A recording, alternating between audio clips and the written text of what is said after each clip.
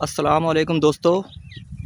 Screen पर जो आप लोग खूबसूरत दरख्त देख रहे हैं, तकरीबन मैं 70-80 मीटर के फासले से बना रहा हूँ। तो मेरा इस दरख्त की वीडियो बनाने का मकसद ये है कि ये बहुत ही नायाब दरख्त है। नायाब का मतलब ये है कि शीशम जो है वो नापैद होता जा रहा है। नाज़रीन, टाली के दरख्त शीशम के दरख्त के साथ एक बहुत बड़ा इशू है, बहुत परेशानी की बात है कि ये दरख्त दुनिया से नापैद हो रहा है। अभी देखें, ये एक जवान दरख्त सूख गया है वायरस के हमले की वजह से। इस तरह पूरी दुनिया में ये दरख्त नामालूम वायरस की वजह से सूख जाता है।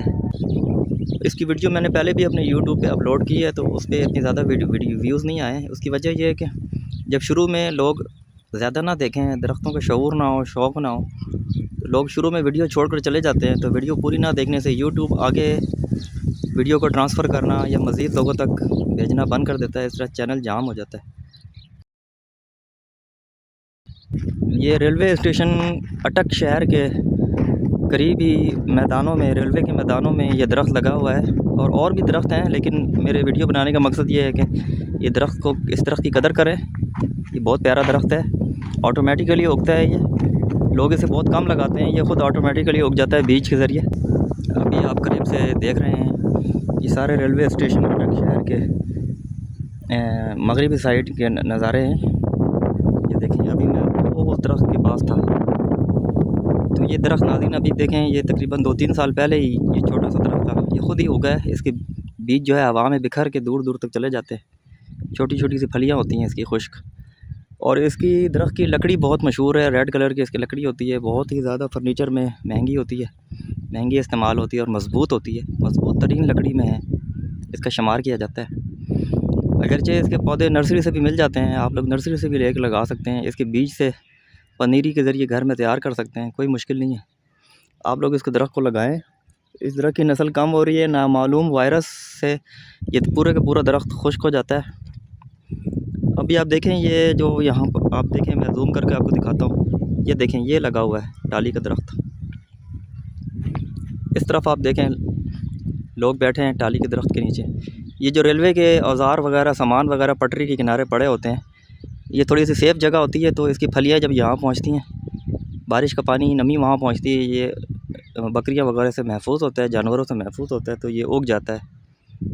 तो देखते ही देखते ये 4-5 सालों में जवान दरख्त बन जाता है। नाज़रीन, मैंने आपको बताया था पहले कि इसके बीज जो है उड़ते उड़ते हवा से सेफ़ जगह पे जाके जब ठहर जाते हैं और नमी मिलती है, जहाँ पर किसी बकरी का और इंसान का पहुँचना हो, तो वहाँ पर उग जाते हैं। ये आप स्क्रीन के सामने मंजर देख रहे हैं, ये रेलवे के पत्थर पड़े हुए हैं पटरी के किनारे, यहाँ इसके बीज आए हैं। माशाल्लाह देखें, सरसब्ज़ शादाब टाली का दरख्त उगा है। तो आप लोगों से नाज़रीन गुजारिश करूँगा, ये दरख्त को ज़रूर लगाएँ। ये बहुत प्यारा दरख्त है, इसको इंडियन रोज़ वुड कहते हैं। अब मैं आपको करीब से दिखाता हूँ। ये देखें, इस तरह की इसकी फलियाँ होती हैं।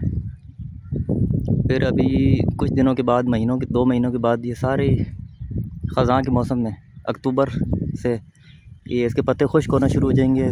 फिर सारे इसके पत्ते गिर जाते हैं और इसके पत्ते ईंधन के तौर पर लोग जलाते हैं। नीचे पूरे ढेर लगे होते हैं, गरीब लोग इकट्ठे करते हैं इसके पत्ते। और इसके पत्तों से एक और भी काम लिया जाता है, पौधों की मल्चिंग।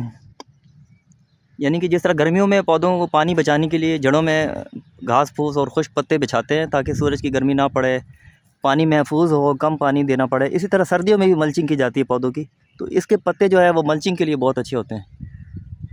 ठीक है, तो इसके पत्तों के जो रोगन होता है, इसके पत्तों के रोगन से जो जल्द के आबले पड़ जाते हैं, सूजन हो जाती है, उसके लिए इस्तेमाल होता है।